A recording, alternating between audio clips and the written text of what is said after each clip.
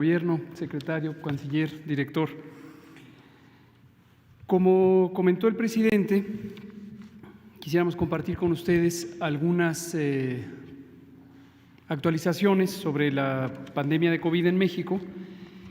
Hoy por la tarde, a las 7 de la noche, daremos muchos más detalles, pero queremos que desde ahorita sepan de manera panorámica algunos elementos importantes, porque hay buenas noticias, hay cambios que nos van a permitir ser más efectivos en reorganizar la atención y que eso es lo que queremos compartir con ustedes. Si vemos la primera diapositiva, esta.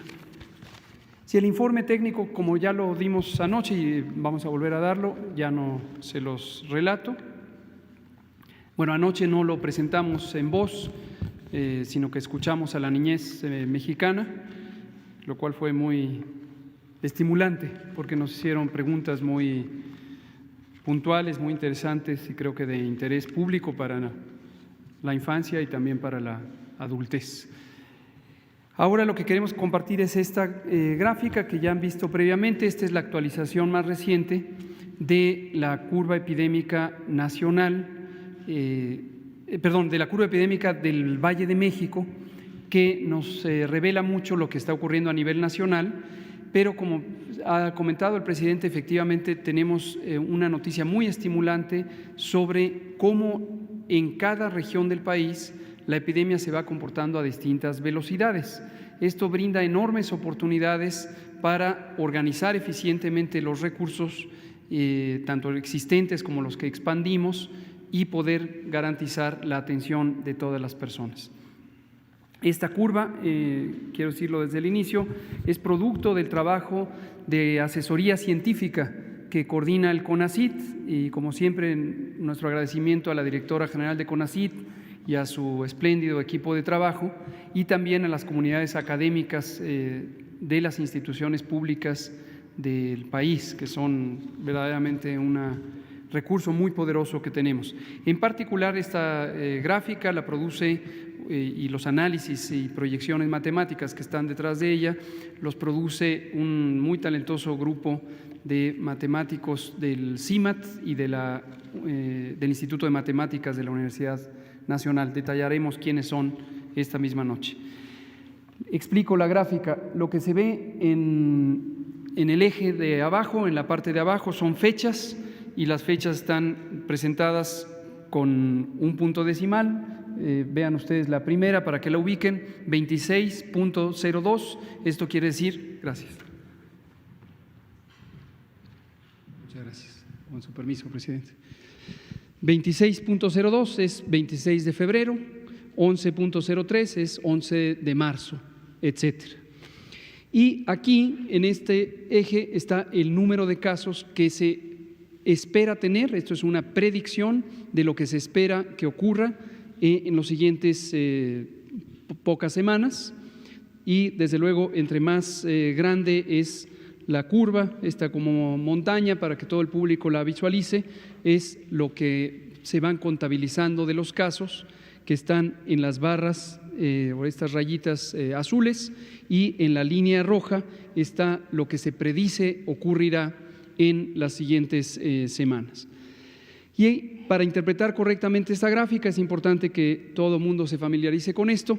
Como es una gráfica de predicción, esto es como los pronósticos del clima, es una predicción de lo que va a ocurrir y existe una probabilidad de que esto ocurra. Y aquí tenemos que tener mucha claridad que en todo momento estas predicciones matemáticas usan métodos muy robustos, pero finalmente hay una incertidumbre, hay muchas variables que están en juego, entre otras que se cumplan las medidas de sana distancia, y como hemos dicho en muchas ocasiones, esto ocurrirá si y solo si se cumplen estas medidas de sana distancia. Entonces, la manera de interpretarlo es de donde está la curva roja hacia abajo, es decir, la cantidad de casos que proyecta la curva roja. Vamos a pensar, hagamos un corte aquí en 600, en este punto que coincide con la fecha posterior al 22 de abril, más o menos el 26 de abril, había 50% de probabilidad de que hubiera 600 casos.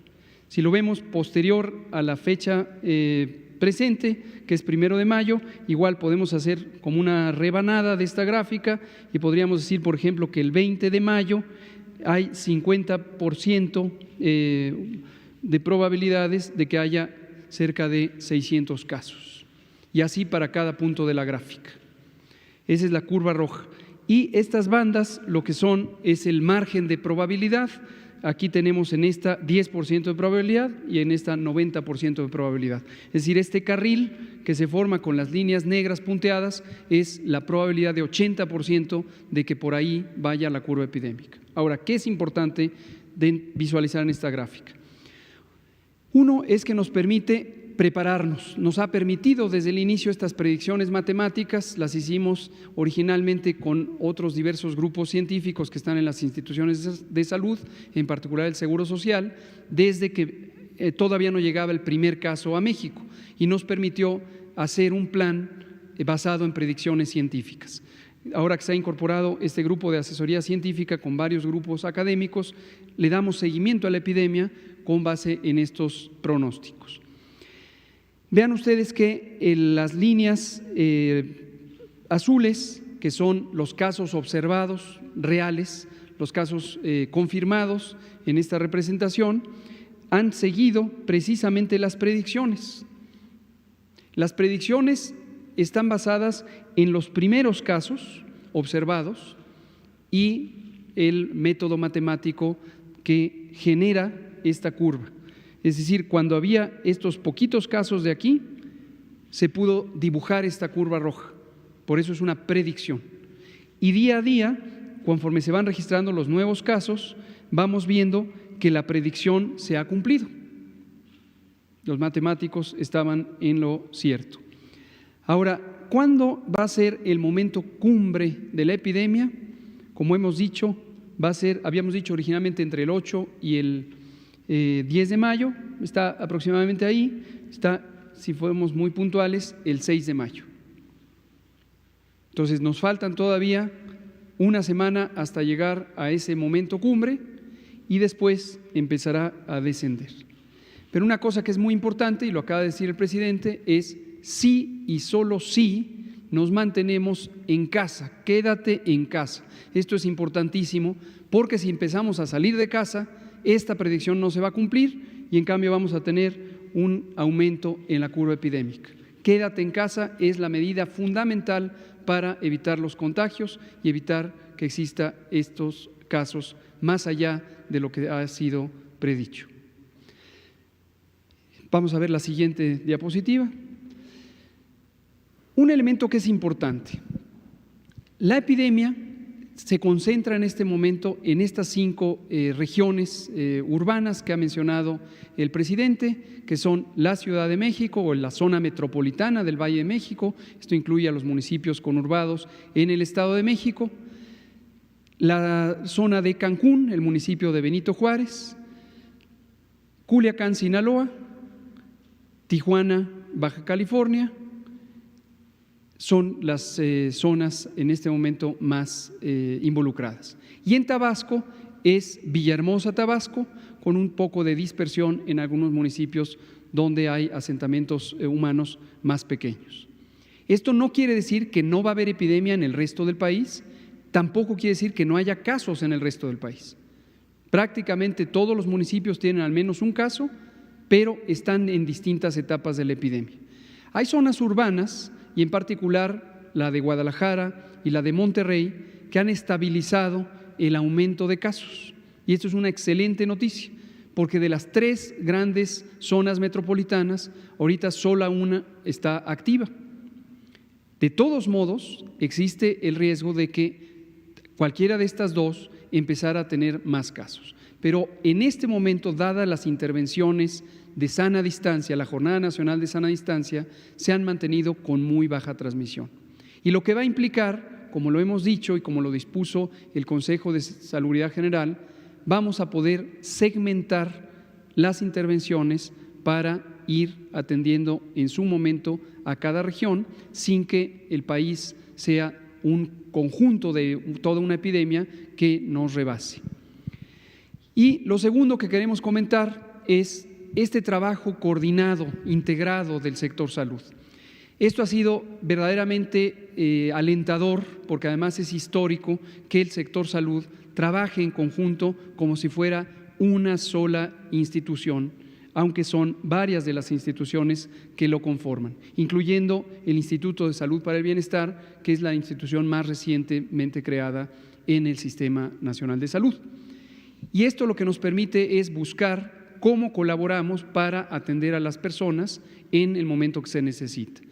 En este sentido, si me pasa a la siguiente diapositiva, lo que vemos es que en este momento hay un desbalance de las oportunidades de atención porque tenemos distintas capacidades instaladas y expandidas con los planes de reconversión que se ejecutaron ya desde hace varias semanas, y esto nos va a permitir dar atención en distintos espacios. Seguramente será importante, si el presidente lo considera pertinente, que Zoe Robledo, director del IMSS, en algún momento comente ahorita sobre la visión del seguro.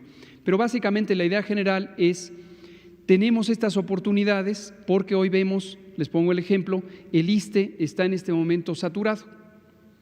En este momento, para las camas generales, está teniendo ya esta capacidad ocupada. Pero esto no quiere decir que todo está saturado. Tenemos un Sistema Nacional de Salud, esta es la representación en la Ciudad de México que nos permite hacer estos esquemas de cooperación, y tenemos otras partes del sistema de salud que aún tienen capacidades disponibles. Entonces estamos viendo ese esquema de coordinación para que se puedan distribuir las personas apropiadamente. En la siguiente diapositiva lo que vemos es una herramienta que tiene la Ciudad de México. Todo esto es el caso de la Ciudad de México, pero este mismo modelo es replicable potencialmente en su momento, cuando sea así necesario, para otras partes del país. Esta aplicación que está en esta dirección de Internet es del Gobierno de la Ciudad de México y es un portal ciudadano que permite identificar la disponibilidad de espacios de atención para las personas que pueden acceder a los distintos hospitales. Como puede verse, esta es una presentación en tiempo real desde el sitio de Internet, y la dirección electrónica está la que señalé. Vamos a ver, por ejemplo, los institutos nacionales de salud que están en la zona sur de la Ciudad de México. Vamos a verlos de manera específica para dar un mensaje muy claro de dónde, si hacemos un zoom aquí para que se vea un poquito más claro, más zoom, más zoom, más zoom. La zona de los institutos nacionales de salud, lo que conocida popularmente como la zona de los hospitales, para quienes los conocen aquí en la Ciudad de México, tiene a los institutos de salud que han sido reconvertidos. Como ya mencionaba el presidente, estos institutos gozan de un excelente prestigio porque son excelentes instituciones y obviamente fueron los primeros que se ocuparon. A pesar de que hubo una amplia reconversión, que concretamente llevó a que todo el Instituto Nacional de Enfermedades Respiratorias fuera un hospital COVID, todo el Instituto Nacional de Ciencias Médicas y Nutrición Salvador Subirán se convirtió en un hospital COVID, 2 pisos del Instituto Nacional de Cardiología Ignacio Chávez fueron designados hospital COVID, pero obviamente fueron los primeros en ocuparse. Entonces, en este momento le decimos a la ciudadanía, hoy 1 de mayo, ya no vayan a estos hospitales. En este momento ya no vayan a estos hospitales para atender a personas con COVID, porque están ya en su límite de capacidad. Pero insistimos, esto no quiere decir que todo el sistema de salud está en su límite de capacidad, porque si nos vamos, ya si quieren verlo de manera panorámica, hacemos un zoom hacia afuera. Tenemos solamente de manera panorámica, como pueden ver ustedes, hay otros hospitales que tienen todavía ocupación intermedia o bien están en una ocupación con amplia disponibilidad. Y la última diapositiva, si la vemos, nos muestra los mecanismos con los que podemos también facilitar el acceso a estos lugares. Es muy importante la regulación de las urgencias médicas y hemos convenido de todo el sector salud a nivel nacional, pero también en coordinación con las entidades federativas, en este caso la Ciudad de México, los mecanismos de orientación ciudadana. Son los números de emergencia, el Locatel 5658-1111, Locatel 5658-1111 y el 911, que es un número universal de emergencias. Ahí lo que tenemos es personal entrenado. Desde hace varias semanas se entrenó específicamente para COVID. Desde hace muchos meses el personal tiene capacidades de asesoría en materia de salud para poder decir dónde existe la mejor posibilidad de atender de acuerdo a la disponibilidad diaria de las camas. Y vamos a estar actualizando además esta información. El propio centro telefónico tiene en tiempo real la disposición de camas, se actualiza periódicamente a lo largo del día y lo estaremos anunciando en las mañanas y en las tardes cuáles son los hospitales que en ese momento están disponibles. Pero si hubiera duda, una persona manifiesta tener la necesidad urgente, que esté aquí.